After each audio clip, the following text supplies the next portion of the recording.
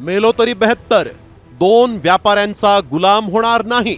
मेलो तरी 72, पण त्या दोन व्यापाऱ्यांचा गुलाम बनून मी आयुष्यात कधी जगणार नाही. उद्धव ठाकरेंचा मोदी शहांवर हल्ला बोल.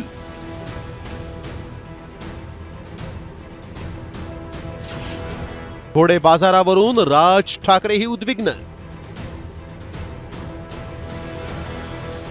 मुंबई महापालिका निवडणुकीत ठाकरे ब्रँड फार प्रभावी ठरला नाही. मात्र आता महापौर पदावरून एकमेकांना साद घातली जातीये. भाजप आणि शिंदे सेनेतली धुसफूस काही लपून राहिलेली नाही आणि या पार्श्वभूमीवर उद्धव ठाकरेंनी भाजपच्या विरोधात ठाम भूमिका घेतली आहे. बाळासाहेब ठाकरे यांच्या जन्मशताब्दी निमित्त मुंबईतील शमुखानंद सभागृहात विशेष कार्यक्रमाचं आयोजन करण्यात आलं होतं. यावेळी भाषणात त्यांनी नाव न घेता मोदी शहांवर हल्लाबोल केला. मेलो तरी 72, पण त्या दोन व्यापाऱ्यांचा गुलाम म्हणून जगणार नाही अशी भीष्म प्रतिज्ञाच घेण्याचं आवाहन त्यांनी कार्यकर्त्यांना केलं. तर या टीकेला भाजपनं प्रत्युत्तर दिलंय. बाळासाहेबांनी मराठी माणसाला जगायचं कसं हे पहिलं शिकवलं. कारण जर जगायचं कसं हेच आपण विसरून गेलो तर जसं पूर्वी गुलामगिरीमध्ये आपण राहत होतो तसं या दोन व्यापाऱ्यांचे गुलाम म्हणून आपल्या नशिबी जीणं येईल. गुलामीचं जीणं कदापि जगणं मी शक्य नाहीये, अजिबात नाही. मेलो तरी 72, पण त्या दोन व्यापाऱ्यांचा गुलाम बनून मी आयुष्यात कधी जगणार नाही, ही शपथ सगळ्यांनी घेतली पाहिजे. त्यांना वाटलं की यावेळेस त्यांना मुंबईमध्ये यश मिळेल.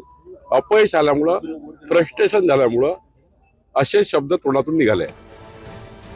मनपा निकालानंतर प्रथमच ठाकरे बंधू एकाच व्यासपीठावर आले होते. यावेळी भाजप आणि एकनाथ शिंदेंचा त्यांनी चांगलाच समाचार घेतला.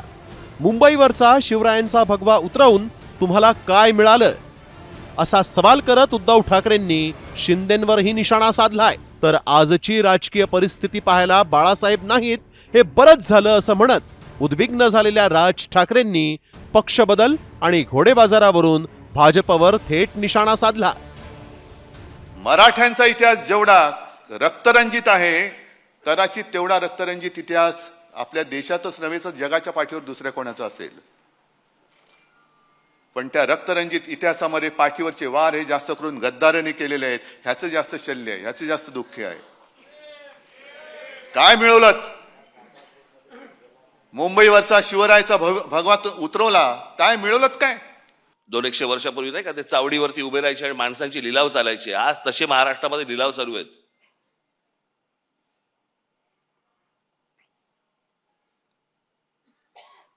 आज अनेक ठिकाणी तुमच्या बाहेरच्या सगळ्या जिल्ह्यांमध्ये कल्याण डोंबिवली असेल, इतर ठिकाणी माझं उद्धव ठाकरे आणि माझं संजय राऊतांची बोलणं झालं.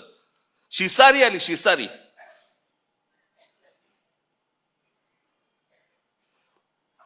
ज्याला व्यथित व्हायला म्हणतो ना आपण की काय चालू आहे, कुठे नेतोय आपण.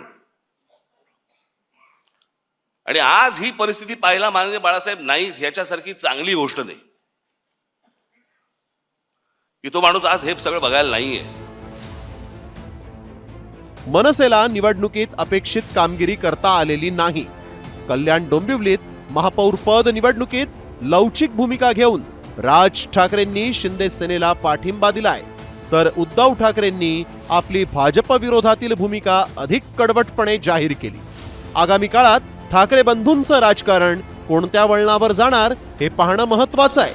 ब्युरो रिपोर्ट, साम टीव्ही मराठी.